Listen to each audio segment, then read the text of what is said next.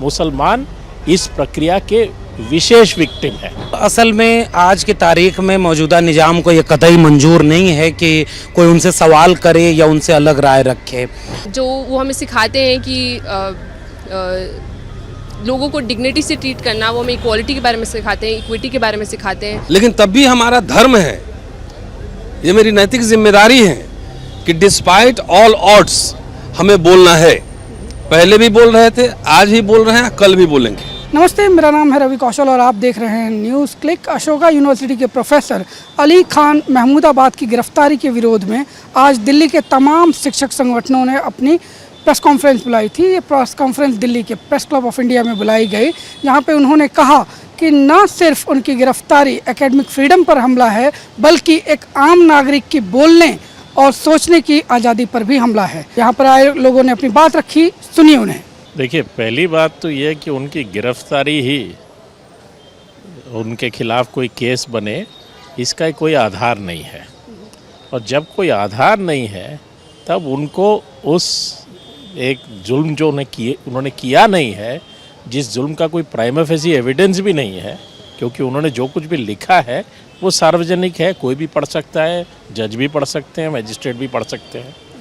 जब कोई prima facie आधार ही नहीं है किसी के खिलाफ कोई गुनाह करने का आपकी कार्रवाई करे, तो ये इस स्तर तक जाना ही कहाँ चाहिए कि जुडिशल कस्टडी का सवाल उठे। ये केस तो शुरू ही रद्द कर देना चाहिए। जब जज के सामने आती है ऐसी कोई बात, तो मेरे ख्याल से जज की जिम्मेदारी बनती है देखने को कि नागरिक के अधिकारों का उल्लंघन हो रहा है या नहीं हो रहा है यहाँ पे। क्योंकि ये 14 दिन के बाद अगर आप केस करने के बाद ये साबित भी कर दें, उनको आप 14 दिन के बाद बेल दे दीजिए और उसके 2-3 साल केस चलने के बाद ये साबित भी हो जाए कि वो बेगुनाह है, तब भी उनके साथ जो है नाइंसाफ़ी हो चुकी होगी। तो उनके खिलाफ नाइंसाफ़ी ना हो और उनके खिलाफ नाइंसाफ़ी जो कर रहे हैं उनको दंडित किया जाए। मेरे ख्याल से न्यायपालिका के सामने ये जिम्मेदारी है। अब न्यायपालिका के ऊपर है कि वो इस जिम्मेदारी को निभाएगी या नहीं निभाएगी। लगातार देश भर में जो एकेडमिक्स पे जो हमला हो रहा है, और हम ये देख रहे हैं कि जो इंसिडेंट पहलगाम में शुरू हुआ और जहाँ पे सरकार को ये जिम्मेदारी लेनी थी कि जो सिक्योरिटी लैप्सेस हुए, और उसी को लेकर के देश भर के सिटीजन्स, एकेडमिक्स, इंटेलेक्चुअल्स ने जो सवाल खड़ा करना शुरू किया। हम देखें कि सबसे पहले उत्तर प्रदेश में लखनऊ यूनिवर्सिटी के प्रोफेसर माद्री काकोटी पे, फिर नेहा सिंह राठौर पे, उस पे हमले तेज हुए, FIR रजिस्टर्ड करने की कोशिश की गई। और वही सवाल जो अशोका यूनिवर्सिटी के प्रोफेसर अली ने जो रखा, और आज हम देख रहे हैं कि आयशा उत्तर प्रदेश के स्टेट प्रेसिडेंट मनीष पे भी FIR वहाँ पे रजिस्टर्ड कर दिया गया। बस नॉर्मल बेसिक सवाल पूछने के लिए कि राफेल पे जो आपका डील था उस पर प्रधानमंत्री को जवाबदेही लेनी चाहिए, या प्रोफेसर अली ने जो लिखा, और उन सारी चीज़ों पे ये लगातार हमला जो सरकार के द्वारा हो रहा है, ये हम Jawaharlal Nehru university students union की तरफ से इसको कंडेम करते हैं और अपनी एक अनवैवरिंग सॉलिडारिटी, उनके जज्बे को सवाल करने की जो एक आदत, जो हमारी एक पहचान रही है, और जो हमें इस डेमोक्रेटिक सेटअप में जो संविधान के दम पे हमें वो सवाल करने की आज़ादी मिली है, उस जज्बे को सैल्यूट करते हैं। असल में आज की तारीख में मौजूदा निज़ाम को ये कतई मंजूर नहीं है कि कोई उनसे सवाल करे या उनसे अलग राय रखे। हर एक सवाल करने वाले पर निशाना लगाया जा रहा है। किसी के ऊपर मुकदमे, किसी के ऊपर हमले, किसी की नौकरी छीन लेना, किसी को कमज़ोर कर देना। और अगर सवाल करने वालों में कोई मुसलमान है तो वो सबसे पहले निशाने पर होगा और सबसे ज़्यादा निशाने पर होगा। इसका सबूत ये घटना देती है। प्रोफेसर अली खान को जो लोग नहीं जानते, उन्हें जानना चाहिए कि प्रोफेसर अली खान महमूदाबाद रियासत के वो व्यक्ति हैं, वो शख्सियत हैं जिनके पूर्वजों ने लखनऊ की संस्कृति, लखनऊ विश्वविद्यालय के बनाने और तमाम तरह की चीज़ों में अपनी भूमिका निभाई। उनके परदादा को खोज के ले आने वाले, ट्रोल करने वाले ये बात क्यों नहीं बताते कि प्रोफेसर अली के पिताजी कौन थे, प्रोफेसर अली के पिताजी को सम्मानित किसने किया। प्रोफेसर अली केवल उर्दू, हिंदी और अंग्रेजी के ज्ञाता नहीं, वो पर्शियन से लेकर के 5 से 6 भाषाओं के जानकार हैं। प्रोफेसर अली एक सोशलिस्ट बैकग्राउंड के एक समाजवादी व्यक्ति हैं जो हिंदी, उर्दू और अंग्रेजी की कविताओं पर काम करते हैं। वो पढ़ने लिखने वाले व्यक्ति हैं, बहुत शरीफ ज़हीन शख्सियत के व्यक्ति हैं। उनकी एक भी पोस्ट से, उनकी पहले की पोस्ट देखिए, जिस पोस्ट की हम बात कर रहे हैं, जैसे विवाद हुआ 8 मई को, उससे ठीक पहले की पोस्ट पर तो वो एक तरह से तारीफ़ कर रहे हैं। और एक सवाल कर दिया, वो सवाल इस मुल्क के निज़ाम से बर्दाश्त नहीं हुआ। और वो सवाल केवल इतना था कि इस देश की विविधता, इस देश की जो अलग अलग पहचान के लोग हैं, आप उन्हें एक फ्रेम में बिठाकर देश को एक मैसेज तो दे रहे हैं कि आइडिया ऑफ इंडिया ये है, लेकिन आप उसके पीछे अगर इस देश के नागरिकों में कोई मुसलमान है और उसे लिंचिंग से नहीं बचा पाए, उसे बुलडोजर से नहीं बचा पाए, तो इस डाइवर्सिटी और आइडिया ऑफ इंडिया को कितना बचा पाएंगे। प्रोफेसर महमूदाबाद का जो उनका इम्पोर्टेंस है स्टूडेंट कम्युनिटी में, टीचर कम्युनिटी में, अशोका में, वो बहुत ही इंटीग्रल है, बहुत ही बुनियादी है अशोका के लिए। क्योंकि वो एक तो बहुत ही पुराने प्रोफेसर हैं, वो बहुत ही रिस्पेक्टेड प्रोफेसर हैं, नॉट जस्ट क्योंकि वो क्योंकि उन्होंने बहुत पढ़ाई लिखाई करी है या वो बहुत अच्छा पढ़ाते हैं, क्योंकि वो बहुत जिस तरीके की तालीम वो देते हैं, जो वो हमें सिखाते हैं कि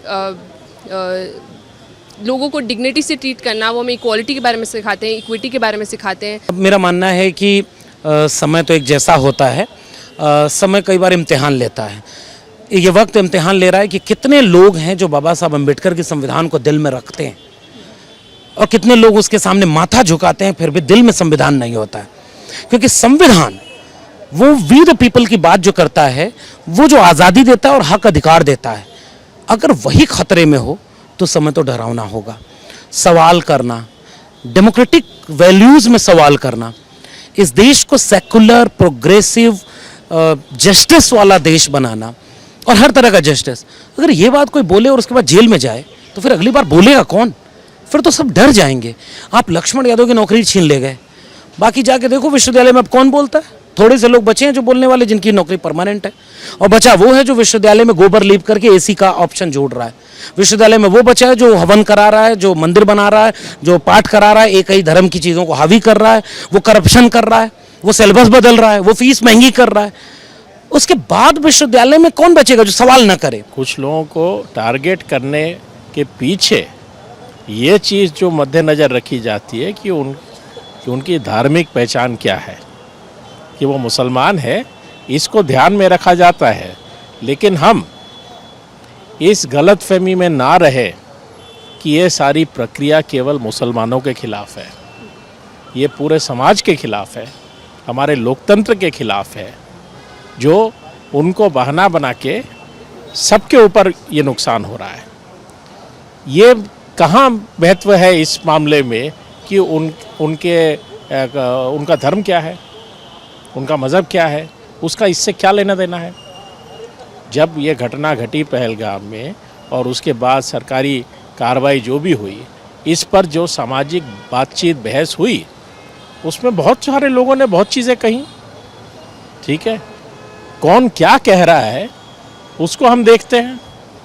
ठीक है, उसका धर्म क्या है, उससे तो इसका कोई लेना देना नहीं है। जो भी बात उन्होंने अपने पोस्ट में कही है वो औरों ने भी कही है। ऐसा नहीं कि औरों ने ऐसी बातें नहीं कही है, सब ने कहा है। लेकिन आप उस बात को दबाना चाहते हैं, उस सार्वजनिक बातचीत और बहस को कुचलना चाहते हैं, तब आप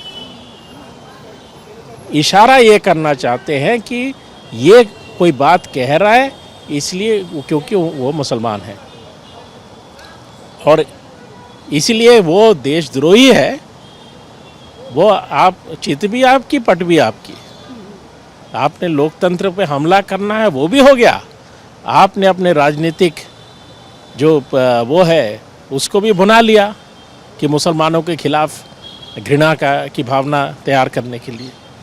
तो आप जो है मुसलमानों को टारगेट करने के बहाने आप हिंदुस्तान के लोकतंत्र का जो हनन कर रहे हैं, उसका नुकसान पूरे हिंदुस्तान के हर समुदाय को भुगतना पड़ेगा। मैं समझता हूं कि एक्सपेक्टेड था, ये एक्सपेक्टेड था कि मुझे कोई अचरज नहीं हुआ। सरकार जिस तरीके से सब मुद्दे पे फेल हो रही थी और अभी जो मध्य प्रदेश का मंत्री है विजय शाह, उसको भी बचाना था।